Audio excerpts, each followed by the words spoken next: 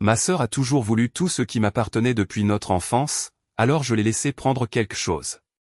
Ce n'était pas par gentillesse, mais par lassitude.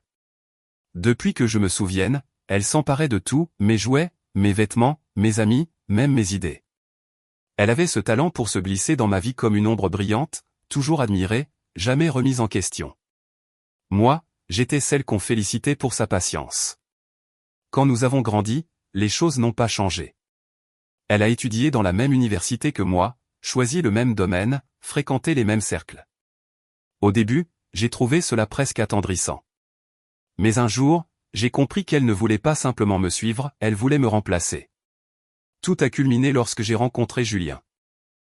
Il n'avait rien d'extraordinaire, un sourire calme, un regard honnête, une vie simple, mais il voyait en moi quelque chose que personne d'autre n'avait remarqué. Nous étions heureux, discrets, presque invisibles au milieu du tumulte parisien. Jusqu'à ce qu'elle apparaisse à nouveau, comme toujours. Elle a commencé à venir souvent chez nous, sous prétexte de rattraper le temps perdu. Au début, je n'ai rien vu. Puis j'ai senti ce changement dans l'air, imperceptible mais réel. Julien riait davantage en sa présence. Ses yeux la suivaient parfois un peu trop longtemps.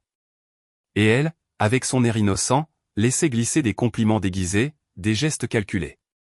Je ne l'ai pas confronté. J'ai simplement observé, en silence, jusqu'à ce que tout se mette en place dans ma tête. C'était comme une pièce de théâtre que j'avais déjà vue trop de fois. Alors cette fois-ci, j'ai décidé de la laisser jouer son rôle jusqu'au bout. Je lui ai parlé de notre week-end prévu en Normandie, de la petite maison que Julien voulait louer, des projets que nous faisions. Je savais qu'elle ne résisterait pas à la tentation.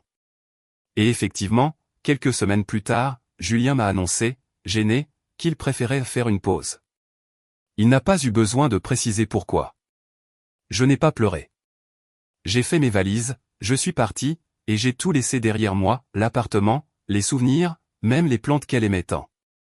Quelques mois plus tard, j'ai appris qu'ils s'étaient installés ensemble. Elle avait enfin pris quelque chose qui m'appartenait vraiment. Mais le temps fait son œuvre. J'ai recommencé à vivre, ailleurs, autrement. Et quand, un an plus tard, j'ai reçu une carte d'elle me disant qu'il était parti, j'ai simplement souri. Cette fois, je ne lui ai rien pris. Elle s'est simplement rendue compte qu'il y a des choses qu'on ne peut pas voler. Et c'est ce jour-là que j'ai compris, la plus grande victoire, c'est de ne plus rien vouloir prouver.